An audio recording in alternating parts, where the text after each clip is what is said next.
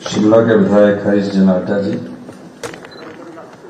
शिमला के महापौर सुरेंद्र चौहान जी, home secretary Kamlesh Pant ji, DGP साहब तिवारी साहब, सभी हाफ मैराथन में भाग लेने वाले 75 से ऊपर साल के हमारे बुजुर्ग, हमारी बेटियां, युवा साथियों, पुलिस के सभी अधिकारी, कर्मचारी, प्रेस बंधु,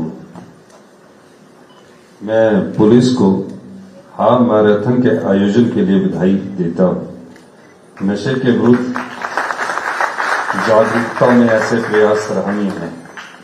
नशे का खात्मा तभी हो सकता है जब समाज का प्रत्येक व्यक्ति इसमें सहयोग करे और अपनी जिम्मेदारी निभाए।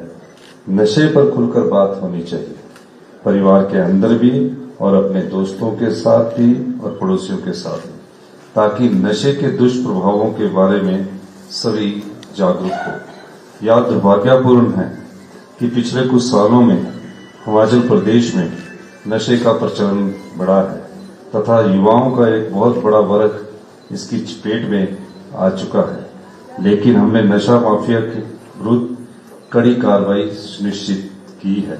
प्रदेश में पिछले एक वर्ष में एनडीपीएस एक्ट के तहत 1782 आरोपियों को गिरफ्तार किया गया। प्रदेश में नशे से प्रभावी ढंग से निपटने के लिए स्पेशल टास्क फोर्स को गठित किया गया है। सरकारी कर्मचारी भी नशे कारोबार से जुड़े हुए पाए गए हैं। ऐसे सरकारी कर्मचारियों के विरुद्ध सरकार ने कानूनी कार्रवाई की है और भविष्य में उन पर और सख्त कार्रवाई करने की दिशा में सरकार विचार कर रही है। इस बात को ध्यान में रखते हुए हमने नशे के सेवन और एवं तस्करी के प्रति जीरो टॉलरेंस की नीति को अपनाया है। युवा हमारे देश का भविष्य है तथा उन्हें नशे से बचाना हम सबकी जिम्मेदारी है। युवा पीढ़ी को नशे से बचाने के लिए राज्य सरकार दो पहलुओं पर काम कर रही है। पहला है सख्त कानून बनाना। हमने पिट एनडीपीएस एक्ट को लागू किया। पिछली भाजपा सरकार ने अपने पूरे कार्यकाल में लागू नहीं कर पाई। इस कानून से उन लोगों पर शिकंजा कसा जा रहा है जो बार बार नशे के कारोबार में शामिल होते हैं, लेकिन कानून की खामियों का फायदा उठाकर बच निकलते हैं। राज्य में पिट एनडीपीएस के तहत 40 डिटेंशन ऑर्डर स्वीकृत किए गए हैं, जिनमें से 36 ऑर्डर केवल वर्ष 2025 में, इस वर्ष शुरू होने से पहले हमने किए हैं, इस वर्ष की शुरुआत में किए। प्रदेश में नशा कारोबार से जुड़ी 7 संपत्तियों को गिराया गया है। कुछ और भी संपत्तियां सरकार की नजर में हैं, जिन पर उचित कार्रवाई की जा रही है। दूसरा, हमने HP anti and drugs act भी विधानसभा में पास किया है। यह एक महत्वपूर्ण एक्ट है क्योंकि यह कल्प्रिट और विक्टिम में अंतर स्पष्ट करता है। इससे दोषी के खिलाफ कड़ी सजा का प्रावधान है। राज्य सरकार विक्टिम्स के लिए भी संवेदनशील नजरिया रखती है। उनके पुनर्वास का प्रयास किया जा रहा है ताकि वे समाज की मुख्य धारा से जुड़कर आम व्यक्ति की तरह जी सके। हमें यह विचार छोड़ना होगा कि मेरा बच्चा नशे से दूर है और पड़ोसी का बच्चा इसमें शामिल है। नशा किसी के घर में भी घुस सकता है, इसलिए अपने बच्चों से बातचीत करते रहें और उनके व्यवहार में कोई बदलाव दिखने पर सतर्क हो जाए।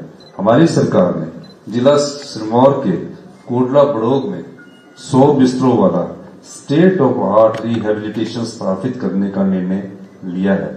इसके लिए 5 करोड़ 34 लाख रुपए स्वीकृत किए गए हैं और इसका निर्माण कार्य इसी वर्ष शुरू किया जाएगा। इससे पहले भी कई एनजीओस नशे के से पुनर्वास के कार्यक्रम में लगी है, लेकिन हमने कहा कि बंद कमरों में नशे को छुड़ाना मुश्किल बात है।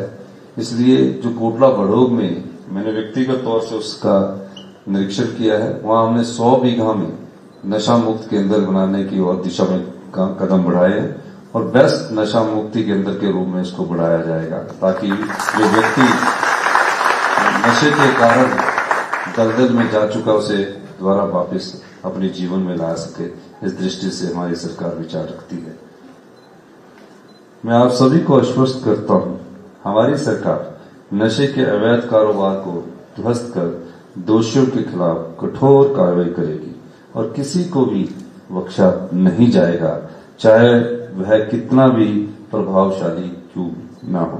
प्रदेश के युवाओं से मेरा आग्रह है कि वे नशे के विरुद्ध चलाए जा रहे अभियान का हिस्सा बने और नशे के बुरे प्रभावों से स्वयं का बचाव करते हुए अपने साथियों को इससे दूर रखने में सहयोग करें।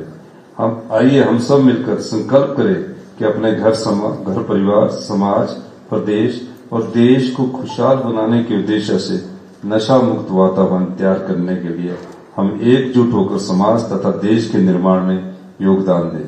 मैं आपको ये भी बताना चाहता हूं कि हम बहुत जल्दी ही नशे के खिलाफ एक बहुत बड़ा अभियान शुरू करने जा रहे हैं। अभी विस्तृत चर्चा उस पर हुई है, एक रिपोर्ट तैयार की जाएगी। मैंने अभी पिछले दिनों पुलिस अधिकारियों की जब हमने बैठक ली थी तो अभी हमारा पहली स्टेज पर कार्य शुरू हुआ है और पहली स्टेज पर जो कार्य है प्रत्येक पंचायत के किस वार्ड में मैपिंग की जा रही है और मैंने देखा है कि उसमें कुछ एसपीज ने अच्छा काम किया, कुछ अभी भी उसको बड़ी गंभीरता से नहीं ले रहे। मैं डीजीपी साहब से भी अनुरोध करूंगा, मैपिंग करने के बाद हमें ये पता लग जाता है कि कहाँ नशे बढ़ रहा है, कहाँ से उसकी सप्लाई हो रही है। और मैं प्रदेश की जनता को ये आश्वासन देना चाहता हूं कि हमारी आने वाले समय में 3 महीने के भीतर हमारी सरकार इस पर कड़ी से कड़ी कार्रवाई करने जा रही है।